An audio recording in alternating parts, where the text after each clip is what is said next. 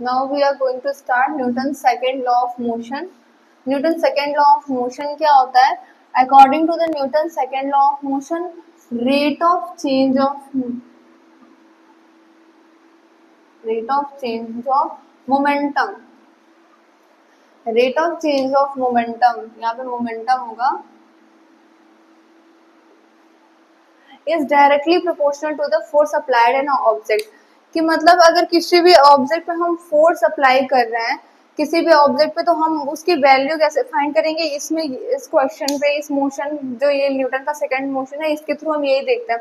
अगर हम इसके ऊपर फोर्स अप्लाई कर रहे हैं तो इसकी जो मोमेंटम में चेंज आ रहा है वो हमें फोर्स के बारे में बताएगा। कितना चेंज आ रहा है उसके थ्रू हमें फोर्स का पता चलता है। वैसे तो ये जो फोर्स होता है ये मास इनटू एक्सेलरेशन के इक्वल होता है, पर ये कहाँ से आता है और कैसे आता है ये देखेंगे। अगर कोई भी ऑब्जेक्ट है तो उसके मोमेंटम में चेंज आ रहा है। मोमेंटम क्या होता है?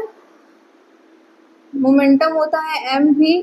तो इसमें अगर चेंज आ रहा है तो मोमेंटम में दो चीजें होती हैं,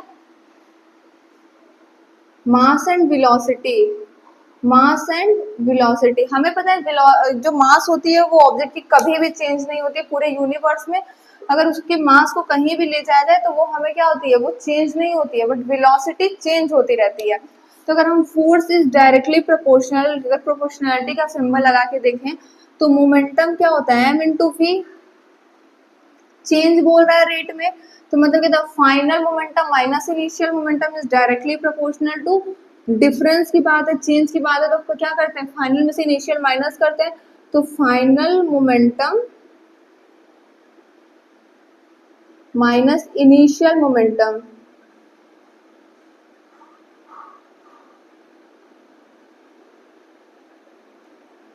अपॉन टाइम। मतलब रेट के अकॉर्डिंग हो रहा है, कितने टाइम में चेंजेस आ रहे हैं या कितने टाइम में कोई भी ऑब्जेक्ट दूसरा मोमेंटम या फिर जो उसका चेंज है वो गेन कर ले रहा है, उसके टाइम से डिवाइड करना होगा। रेट जहाँ आएगा वहाँ टाइम आता है।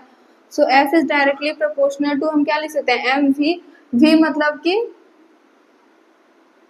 फाइनल माइनस इनिशियल, मतलब कि बाद स्टार्टिंग वाला। फिर अपॉन में टी लिख सकते हैं। यहाँ से अगर देखा जाए तो मास हमेशा कॉमन रहता है,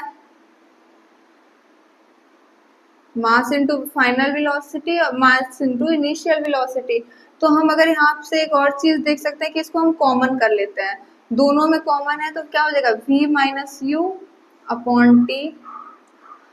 हमें ये पता है कि जो v माइनस यू होता है अपॉन टी होता है वो एक्सेलरेशन के इक्वल होता है। Acceleration is equal to change in the motion, मतलब change in final velocity minus initial velocity upon T. Rate of change of velocity is called acceleration. तो यहाँ से एक्सेलरेशन आ गया, तो हम क्या लिख सकते हैं, f is directly proportional to m into a. Proportionality अगर हटाएंगे तो यहाँ पे कांस्टेंट आएगा, वो कांस्टेंट अगर k लिखे तो k m है। Suppose k is equal to 1, let k constant equal to 1।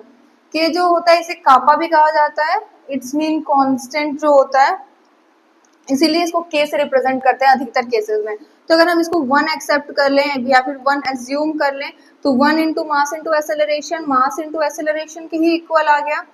तो ये आ गई हमारी सेकेंड लॉ की डेरिवेशन प्रूव होती है। ऐसे सारी चीजें के करके कवर की, जैसे कि final momentum minus initial momentum. Final momentum क्या होगा, एम वी, मतलब यहाँ पे लास्ट वाली वेलोसिटी आएगी। फिर इनिशियल मोमेंटम मतलब यहाँ पे मास इनटू इनिशियल वाली वेलोसिटी आ जाएगी इसकी उस मोमेंटम में। फिर यहाँ पे क्या करते हैं, प्रोपोर्शनैलिटी हटाते हैं। फिर उसके बाद F is equal to mass into acceleration. यही है सेकेंड लॉ ऑफ न्यूटन।